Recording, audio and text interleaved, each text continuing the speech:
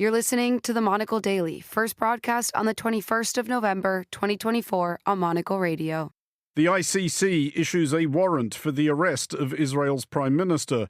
Has Russia really launched an ICBM at Ukraine, and would that be worse than everything else? And would you be able to tell when someone was trying to talk like you? I'm Andrew Muller. The Monocle Daily starts now.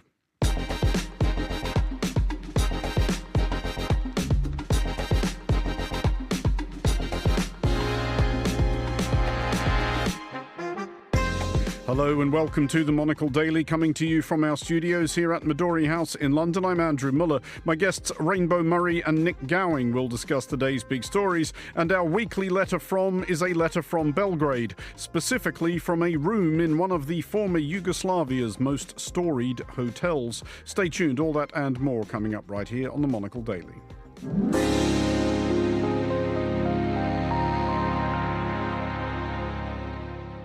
This is the Monocle Daily. I'm Andrew Muller. I'm joined today by Rainbow Murray, Professor of Politics, Queen Mary University of London, and Nick Gowing, Distinguished Fellow at the Royal United Services Institute. Hello to you both. Hello.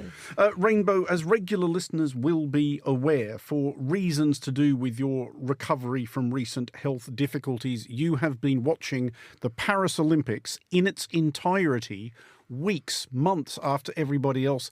Are you done yet? If not, where have you got to? I've got to August the 9th in my eternal summer. I'm now watching breakdancing, which is awesome. And it seems that I'm not the only person watching every event. Snoop Dogg is at every event, so it seemed appropriate that he actually got to open the breaking. See, I'm worried about causing some sort of spoiler here, because the breaking does become a bit of a thing. Have you got to the thing that becomes a thing? Or are you still in anticipation of that? I wouldn't want to spoil it for the other people out there who still think it's August. OK, well, either you haven't got to the thing that is a thing, or you have, but next time we can go into it in further detail. Nick, you have been gallivanting again. You have been at the COP conference in the arguably unlikely destination of Baku. Did they sort everything out? Has the climate been fixed? Has the world been saved? No. Ah. That's disappointing. It was worth being there, though. I mean, the negotiations were happening in what's called the Blue Zone. I've never been to Azerbaijan before, and I've been in most Eastern European countries during most of the revolutions and so on. It was a real eye-opener because Azerbaijan is oil-rich. Mm-hmm. And I went to the first oil well, which was dug in 1846. And you realise that the area where we were living and the area where the conference was going on 30 years ago was covered with oil derricks. Now it's covered with plate glass and concrete. And as the President Aliyev said right at the beginning, he said, we are relying on the fact that we are wealthy because everything we've got is a gift of God. And that's what oil is. And I have to say, even though the conference is still going on, it's Thursday and the conference is due to go on until the weekend, the negotiations are happening in one area. But what I saw made it very clear to me that those who are oil rich do not want to give up their wealth. Well, we will have more from you both shortly, but we will start with the news that the International Criminal Court has responded in the affirmative to a request from its prosecutor to issue warrants for the arrest of Israeli Prime Minister Benjamin Netanyahu and former Israeli Defense Minister Yoav Gallant, now formally both accused of war crimes under their command in Gaza. When the request was originally filed in May, warrants were also sought for Hamas commanders Yahya Sinwar, Ismail Haniyeh and Mohammed Deif. Sinwar and Haniyeh have since been killed, and Deif may also be dead, but a warrant has been issued for his arrest in case he is not. I'm joined now by Yossi Meckelberg, Associate Fellow with the Middle East and North Africa Programme at Chatham House. Yossi, how is this landing in Israel? Is reaction largely along partisan lines, i.e. those people who were already for Netanyahu are now even more so, and ditto those who were already against? Good evening, Andrew. No, actually, the reaction is bipartisan, and in many ways the opposition rallied around Netanyahu on this specific issue and completely reject this decision by the ICC. It's right now the approach is Israel against the world, Israel against the ICC in this sense, and accusing it of bias against Israel. I think what worries many in Israel, I think they get it a bit wrong here, is they see a moral equivalency by indicting both Hamas leaders, that most of them or all of them probably are dead now, but the moral equivalency between Hamas and Israel. And this is not what the indictment. It's whether there is equivalency or not is not the issue, whether the ICC or the chief prosecutor thinks that war crimes and crimes against humanity possibly were committed. Yossi, even if this doesn't cause political difficulties for Benjamin Netanyahu at home, it does cause him practical difficulties abroad, doesn't it? The number of countries to which he can travel has just been fairly briskly circumscribed. Yeah, if you have 124 countries that actually are signatory to the ICC, it means all these countries are expected. Doesn't mean it's going to happen, to adhere to this decision, and in case of Netanyahu visiting or trying to visit any of these countries, to arrest him. It does include, by the way, the United States, but many countries in Europe, in Latin America, and in Africa. Where it's going to, I think, change the discourse in Israel is, while I think most Israeli politicians think that the public expect them to reject the decision by the ICC, but then in the next stage they will say, whatever this decision, this is a prime minister that already facing corruption trial at home, face basically almost travel ban, if you like, abroad. He can't fulfill his duty as prime minister. He should go. But Yossi, does this also cause an amount of nervousness among the Israel Defense Forces? Because the precedent has been well established that just following orders is no defense. And if the ICC's view is that the people at the top of the command chain have committed war crimes, then the people who carried those orders out could be on the hook as well, couldn't they? Yeah, there is a real issue here, and people will have to think. And there was a case this week that certain soldiers that visited, or reserve soldiers visited Cyprus and had to leave very, very quickly because he suspected that pro-Palestinian organization will call for his arrest there. So this will going to be an ongoing issue. It also goes to the heart of the judiciary so-called reform, or more coup, because at the country, for instance, established an inquest for what happened in October 7, as the Attorney General requested, or they were not compromising the judiciary, it would have been much more difficult for the ICC to intervene. It usually intervenes when they think that there is no independent judiciary or it has been compromised.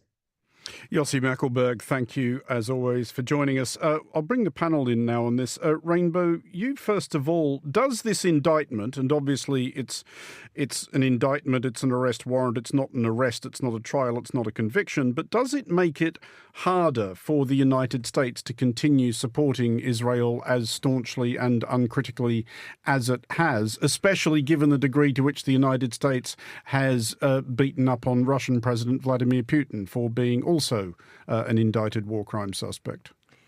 It's complicated because the United States is not one of the supporters of the ICC, so they're Indeed. not bound by its jurisdictions, and they have already rejected this particular indictment as unfounded. But it's worth bearing in mind that there's political division even within the US about its stance on Israel. So we saw in the US Senate yesterday, Democrats divided over whether the US should be continuing to arm Israel.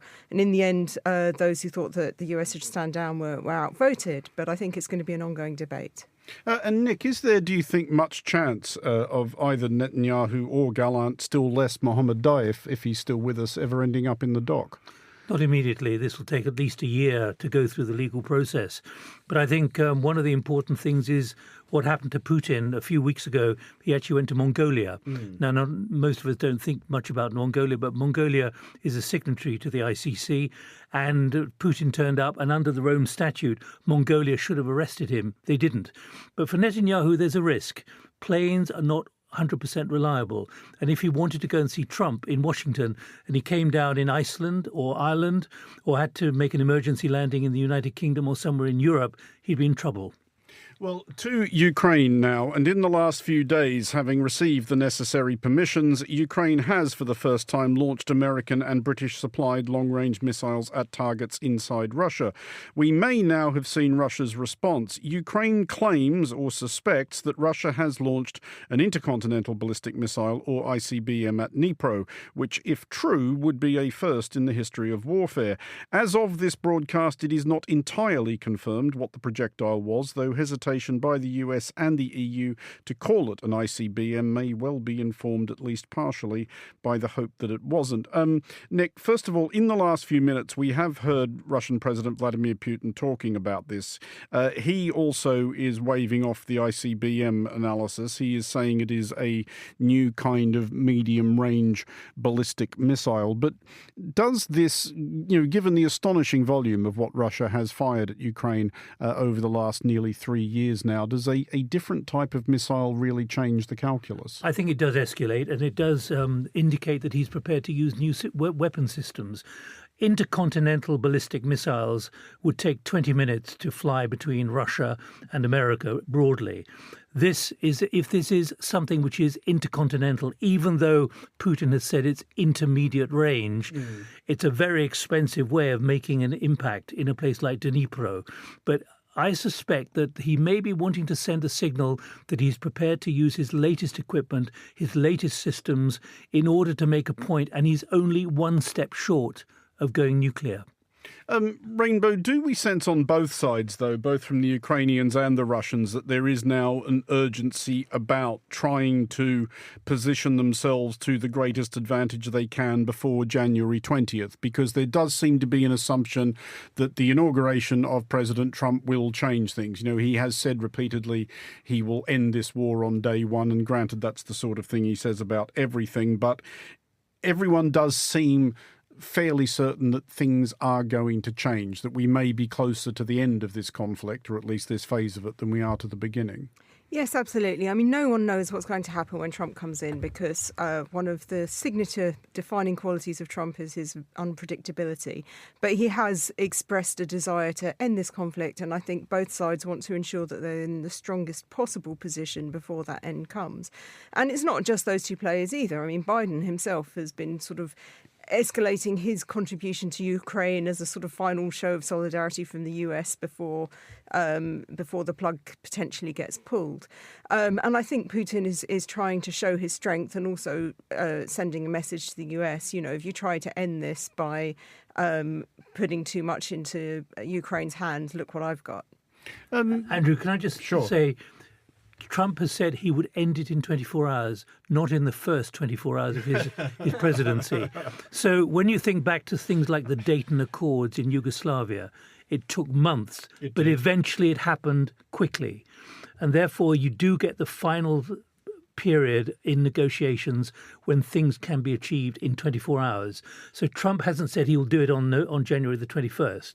So let's be clear about that. I think, as I said last time when I was here about a month ago, it's wrong for Zelensky to be talking about victory. We're going to end up with a very messy solution, which is going to be very uncomfortable and is probably going to halt conflict for a short time or a limited amount of time. It will not end the war. Which is a partial answer to the question I was going to ask, which is, if it emerges that Donald Trump and the United States are not terribly interested in participating in this any further, and they want to force a compromised peace, and it would be a compromised peace, should Europe try to resist that for exactly that fear, that if we agree to this now, we are just storing up further trouble down the track?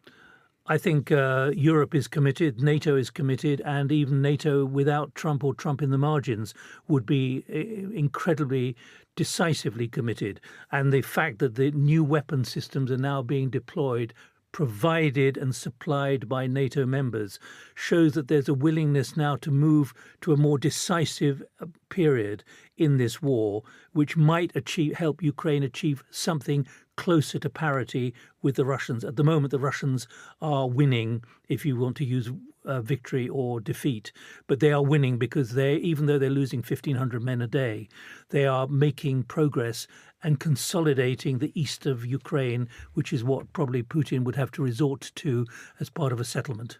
If this is the direction it is trending in, though, Rainbow, this idea of that settlement, and you can, I guess, kind of imagine what the contours of it will be, that probably Russia would be permitted to keep what it holds in the Donbass and Crimea.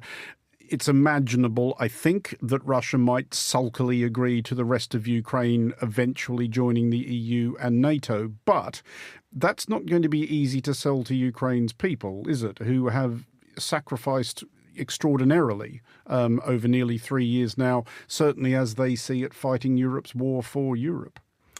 It is a hard sell. No one wants to say, right, well, some of what used to be yours is now going to be taken away permanently and that's the best you're going to get. But at the same time, the alternatives aren't necessarily very appealing either. I don't think anyone in Ukraine has an appetite for this war to go on endlessly.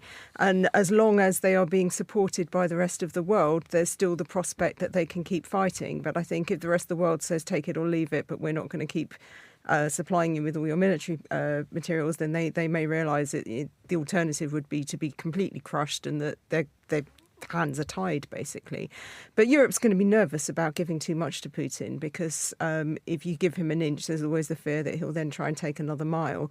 And he's our immediate neighbour. So I think Europe are going to try and make sure that whatever settlement comes out of this, Putin's not going to be left with the sense that he could try it again. Andrew, I still think we're going to be faced with a frozen war. I think that's the best that could be achieved. Everything will be frozen as is, pending some kind of other developments at some point. Putin is now 72. He won't go on forever. And the idea of Ukraine becoming a member of NATO will probably be held out as an offer for 10 or 20 years from now. Well, to Australia now, which is not alone as a nation in worrying about the effect social media may be having on its children. Australia is something of an outlier, however, in proposing to stop them from using it. A bill has been tabled in Parliament which, if it becomes law, will make it illegal for children under 16 to access social media. No exemptions will be extended to those already using it or to those who have the consent of their parents. And tech companies who fail to comply may find themselves on the hook for 50 million Australian dollars. Rainbow, is this going to work any better than those laws which prevent people under 18 from consuming alcohol? Probably not. Offer a child something that's fun and addictive, and they're going to run with it. Tell them it's banned, and they're going to run with it. Mm-hmm. It's a really sticky problem. I mean, is social media good for kids? I think the answer is an unequivocal no. We know very well that it damages their mental health, that it can create problems with body image, with perceptions of the other, such as access to sort of misogyny online. We know it's a problem, but how to solve it, that's what no one's been able to figure out. And the punitive approach, nice as it is in principle, to just say, right, we can't have it anymore, it's almost going to be impossible to implement. And so the question then is, if you can't just stop it, how do you try to mitigate the damages that it causes? Is part of the problem here, Nick, also going to be that it's a reasonable bet that the kids who are using the social media probably know the tech better than the people who are writing the law? I think that's right. And I think stuff can be hidden. I just think I admire Australia in many ways, but I think there's a degree of idealism here which I find quite unconscionable and unbelievable about what they believe is possible for under 16s to be kept away from. I mean, they tried it. They tried it in France. They banned it for under 15s, and it turned out that a VPN was all that was required to get around the ban, which about half of France's under 15s worked out within a couple of months. And you can do an awful lot under a duvet, with a pillow over your head. We did it with crystals many years ago. Well, that kind of prompts a question I did want to ask, Rainbow, as the representative parent of a child in this demographic at this table. You spoke earlier about how you thought it was probably fairly unequivocally bad for kids, but that is the case, you think? This is not just the 21st century equivalent of previous moral panics about children watching too much television or listening to rock and roll music or hip-hop or chewing gum or hula hoops or whatever it was at the time. I mean, there's always going to be a moral panic about, teenagers are always going to want to push boundaries and access things that probably aren't good for adults and certainly aren't good for children. But there's something particularly invasive and addictive about smartphones and the things that you can access on them. We're seeing children now spending many hours a day on their smartphones, using them when there's no parental supervision, accessing things that they shouldn't see. And so this is maybe a 21st century equivalent of things that have come before, but it is quite intrusive into a person's life in the way that some of the previous moral panics maybe weren't. I mean, it's tempting to say, Nick, that this should be not a decision for the state. It should be a decision for parents. But is there an argument that if the state makes this decision, it does make it easier for parents, that the parents can say to their kids, look, it's illegal, it's out of my hands? It's a reinforcement, but how is it going to be adjudicated? How are people going to be fined? How are companies going to be fined? Let me put another side to this, though, Andrew, which is that all of us, and I've got two in front of me, all of us use these systems to get information. There are bad things, and adults can abuse social media as well. But the number of times that probably you and I reference information by looking at Google and so on, and rather than trying to remember it, it's a different form of learning, and we can get information much quicker about where things are, who's doing what the background is. I've researched the ICC literally on this system in the last hour just to make sure that I was correct in what I wanted to say. So, there are positives here, and it's about the discipline of how you use information. Is it therefore then, Rainbow, something that is actually taught enough in schools? And I mean, this is one of those subjects I have changed my mind about. I used to be one of those people who thought that, for example, media studies or the equivalent were just an absolute DOS, and my belief in that regard was largely due to the fact that I did media studies in sixth form, and it was an absolute DOS. But it does strike me that now it's actually possibly the most important thing kids can be studying. Yes, of course. And one of the arguments for people made by people in Australia who don't think that the blanket ban approach is accurate say, there's always a risk of drowning, but you don't stop people going into the sea. You teach them to swim. And so that's what we need to be doing with our children. We need to be teaching them online literacy so that they're not just aware of how to use the technology, but aware of its sort of implications and to use it safely. I know they're doing quite a lot of this at my child's school, but also everybody is trying to keep up with the new developments. And so as soon as you think you've figured out where the dangerous spots are and taught your children how to do it, there's new things that come along. And so I think it's a constant requirement. But possibly the most important thing parents can do is to sort of be aware of parental controls on their child's devices. Because if children simply can't access some of these apps from their phone or from an iPad or whatever else they're using, it makes it a lot easier when they're younger. And then you can sort of try and brief them adequately so that at the point where they do access it, they've got enough maturity to do so responsibly. Well, to the United Kingdom now, about which, if this interloper may say so, one of the more remarkable things is its rich panoply of regional accents, which vary not merely across the country, but sometimes across the county, and in a few places across town. Despite a disparity as great as that between a Cornish burr and a Scottish brogue, many British people fancy their ability to pronounce an accent not their own. A study by Boffins at Cambridge University has discovered that some Britons are better at spotting this than others. Most susceptible to an outsider adopting their manner are the people of London, Essex and Bristol. Least easily fooled are the burghers of Belfast. Nick, do these findings surprise you? I was a bit startled by Essex and Bristol, which are both very distinctive accents. And I'm not going to attempt to do either of them, but I don't think they're really easy to pull off unless that is actually how you talk. But there is a skill here, and I'm lucky enough to have travelled an enormous amount. I've worked in the northwest, I've worked in the northeast, I've worked in Scotland, and I've travelled as a correspondent. not just around the United Kingdom, but in many, many countries. For me, there's a real intrigue listening to people, trying to work out what their accent is, where they come from, even precisely which town they might come from in Lancashire or in Yorkshire or in Ayrshire or whatever. So it's not something which is spurious. I think there's actually something very important, not least to be able to work out and say, you come from Newcastle, you come from Liverpool, you come from Speak. And to be able to narrow it in that way. There's a couple of those. And you come from Wagga Wagga. Yeah, I do, but there's, in terms of English regional accents in particular, there's a couple there you really don't want to get wrong. People will take it askew if they're from Sunderland and you've asked them if they're from Newcastle. But I do it in a way which allows them to put me right politely. But for me, there's the real intrigue of understanding and knowing where people have been brought up and where they come from.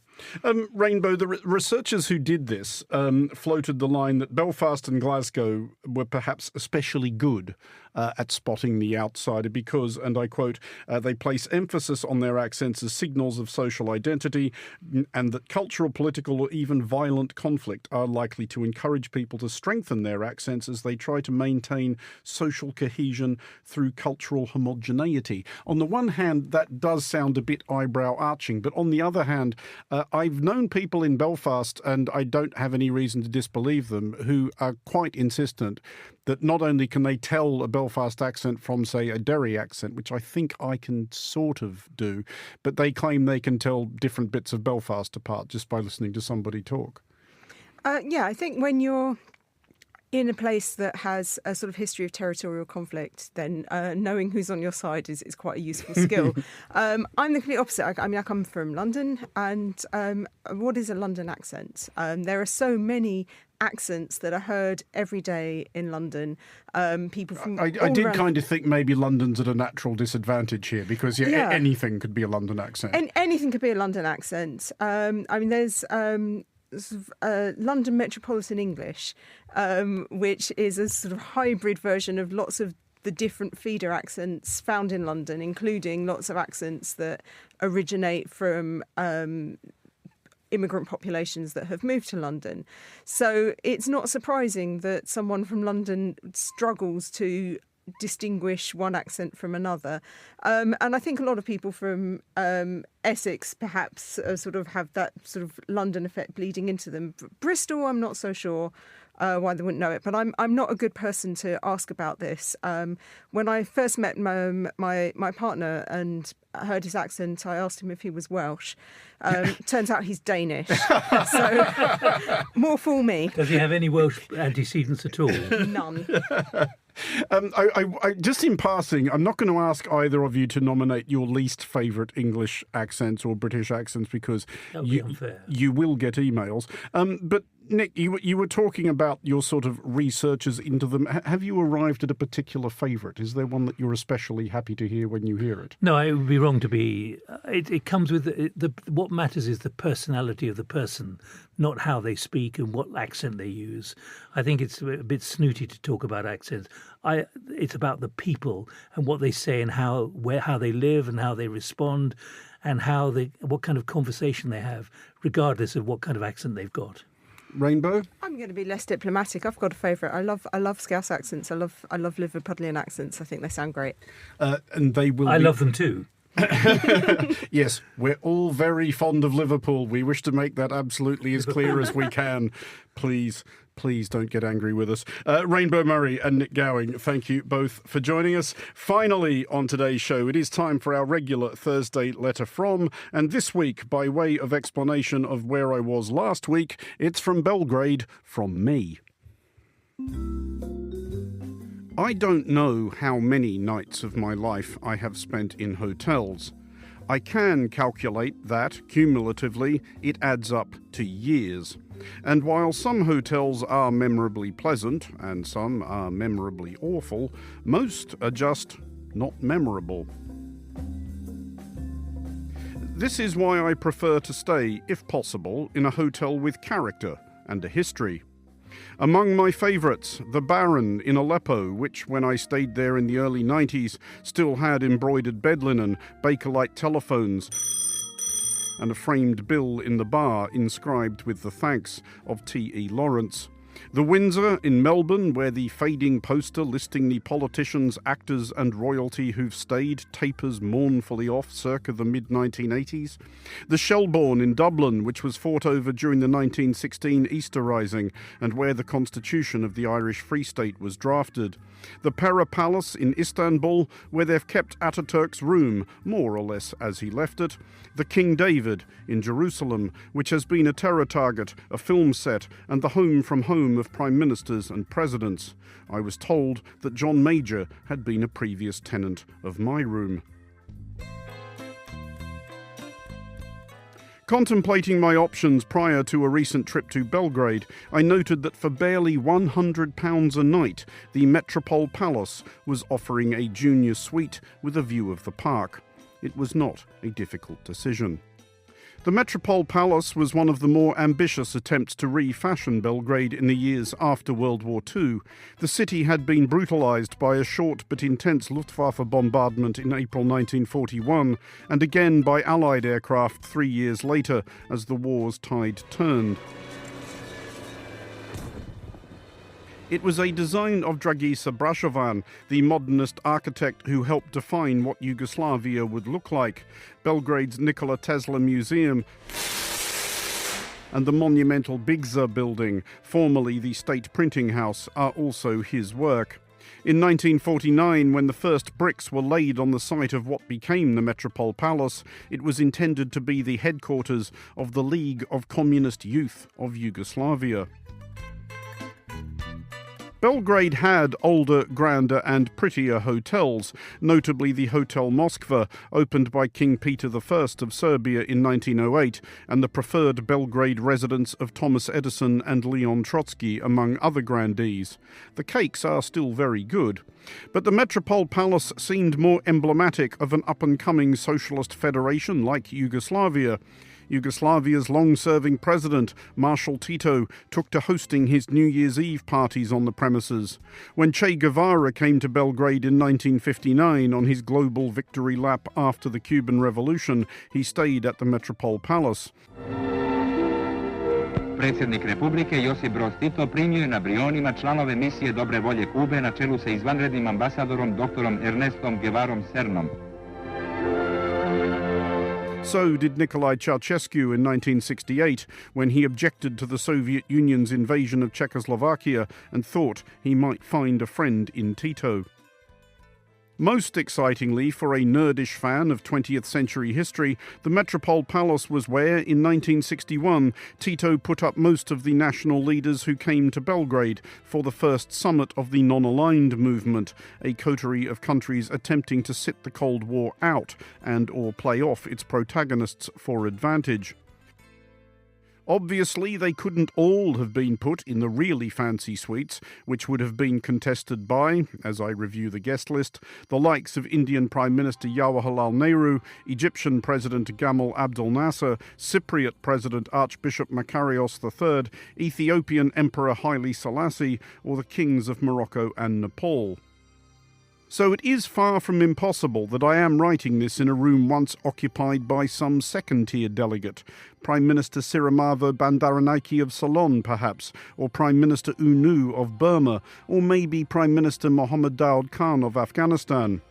And or one of the glitzier celebrities who stayed here during the decades when Yugoslavia had a reputation of being a relatively groovy communist nation, a place where the Iron Curtain twitched.